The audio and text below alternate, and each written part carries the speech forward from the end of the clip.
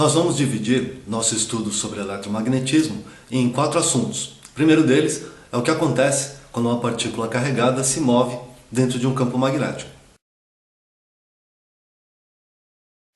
Nós temos 2 casos para a primeira fase do vestibular. O primeiro caso é aquele no qual a partícula se move paralelamente às linhas de campo magnético ou ela é abandonada em repouso num certo ponto do campo magnético.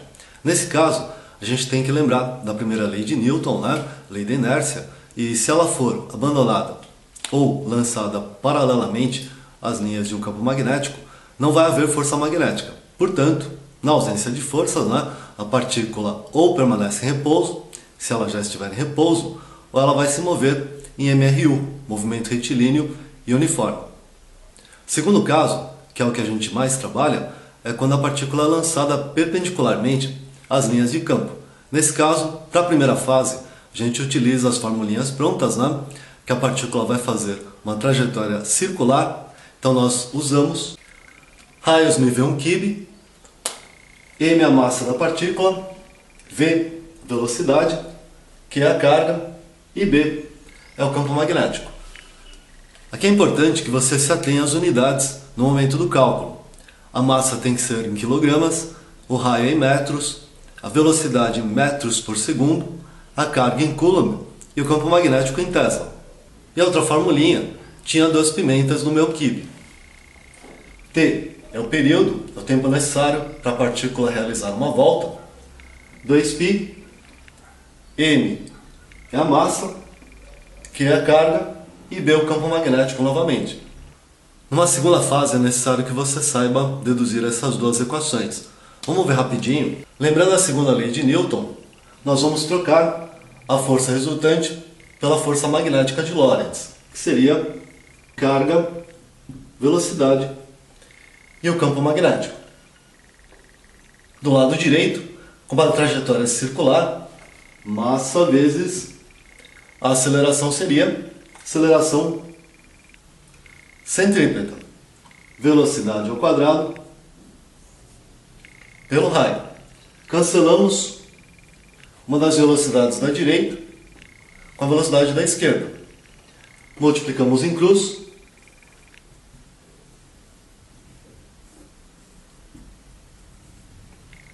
Chegamos na formulinha raios μv1 kb.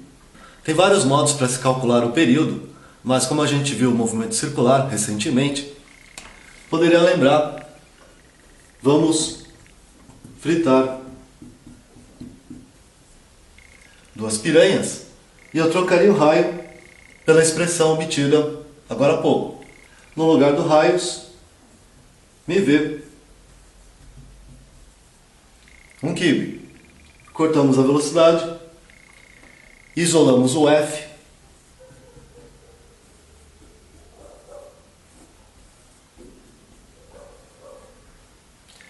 QB sobre 2πm, e é só lembrar que o período é inverso da frequência.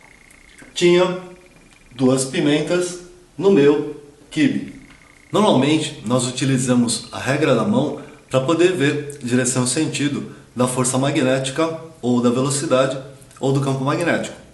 Nós colocamos a mão esquerda assim, o polegar seria a força magnética, o indicador o campo magnético e esse dedo feio será a velocidade. Você pode estar fazendo a regra dessa forma. Força polegar, os 4 dedos indicam a direção do campo magnético e a palma da mão acompanha a velocidade. O mais comum em vestibular hoje em dia é que você receba, por exemplo, uma figura dessa forma. Partícula lançada verticalmente para cima, campo magnético entrando, xizinho, no plano do papel, e a pergunta seria se essa carga é positiva ou negativa. Primeira coisa a ser feita, no ponto de lançamento, você lembrar que a força magnética é centrípeta. Nesse semicírculo, o centro estaria por aqui. Então você aponta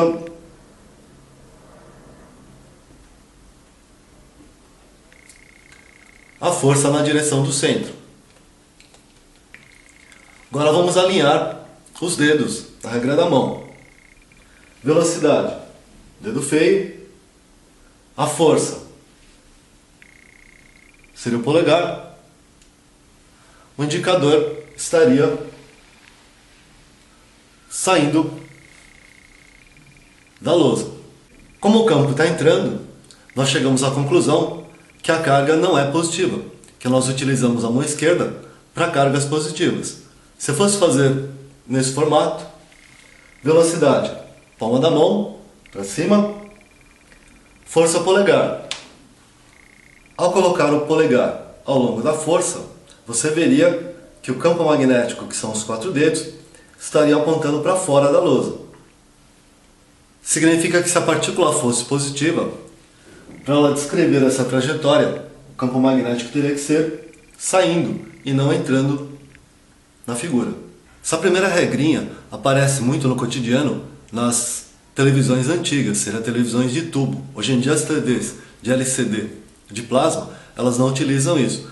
Os televisores antigos eram chamados tubos de raios catódicos. Seriam elétrons que são lançados na direção da tela e desviados pelo campo eletromagnético.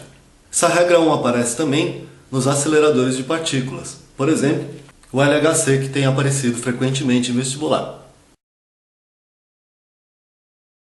O segundo caso do eletromagnetismo, na verdade, deriva do primeiro, que seria o movimento de várias partículas carregadas dentro de um campo magnético. Se vocês recordarem, movimento de várias partículas carregadas seria corrente elétrica. Então, uma das coisas que eu posso fazer é pegar a lei de Lorentz, que se aplica para uma única partícula carregada, e imaginar para n partículas carregadas. Como é que ficaria? Se eu multiplicasse os dois lados por n, aqui eu obteria a força total sobre as n partículas.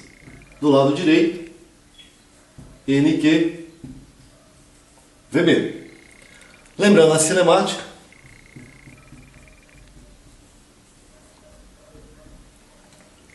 velocidade é a distância pelo tempo. Quando as partículas carregadas caminham, elas caminham dentro de um condutor retilíneo.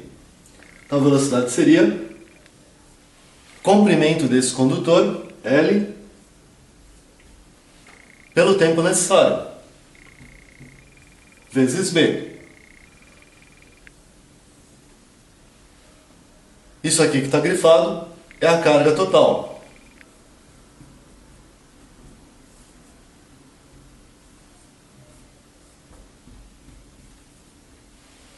Basta agora reparar que carga sobre tempo é a corrente elétrica.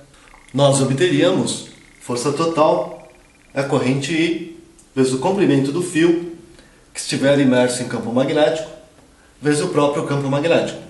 Mudando a ordem,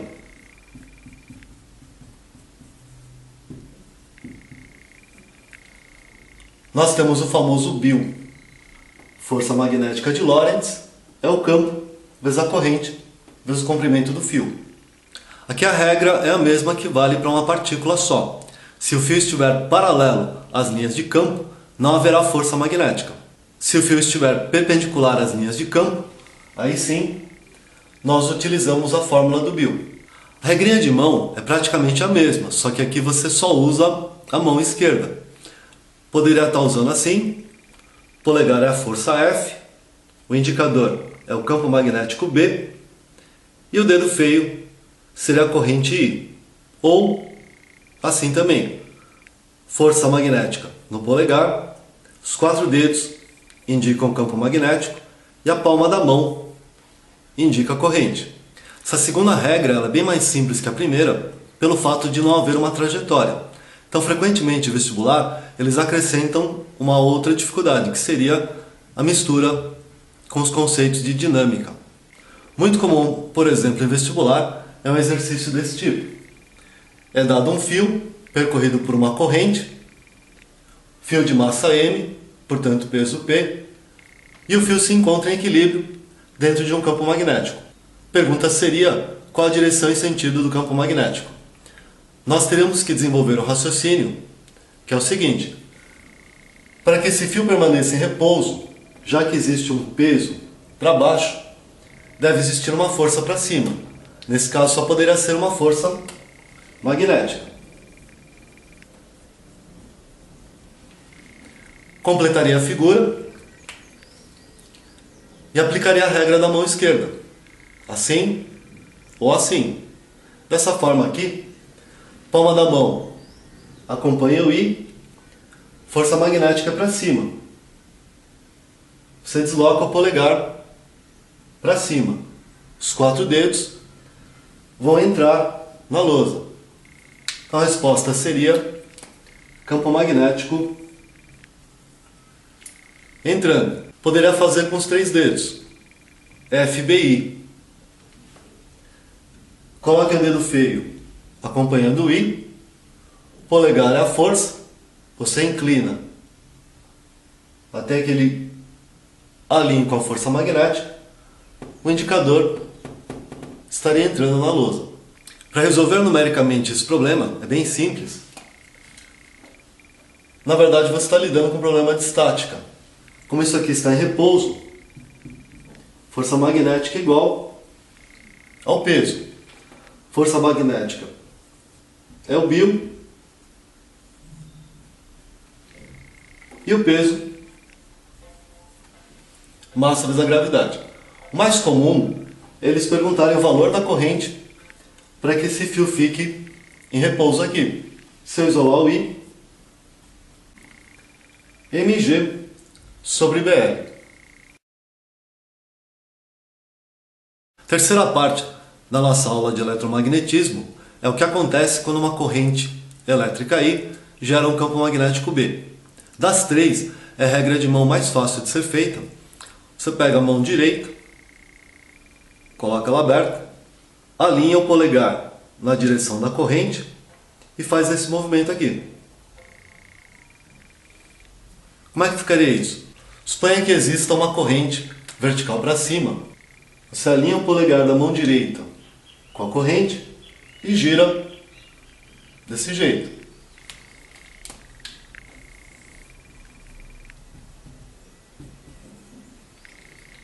Nós teríamos, portanto, ao longo do fio, um campo magnético que faria esse movimento aqui. Ele entraria do lado direito da lousa, daria a volta por trás, sairia pelo lado esquerdo.